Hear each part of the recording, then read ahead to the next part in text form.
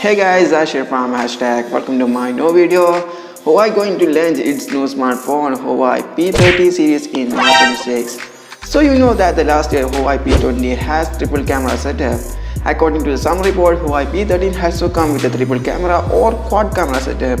Few days before Huawei teased about its camera quality. Here you can see a photo of butterfly when the phone is zoomed.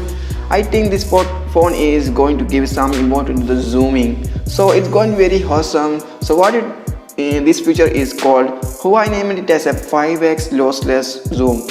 Ask my accountant about that. What is this lossless zoom? Lossless zoom means that the zooming in an subject will result in only a small drop off in the quality of the image. When we zoom, it only takes some piece of the clarity and gives better images. This photo taken from Huawei P30 according to some report. Last month, Oppo unveiled its 10x lossless zoom feature, which will be demonstrated at the Mobile World Congress (MWC) in Barcelona.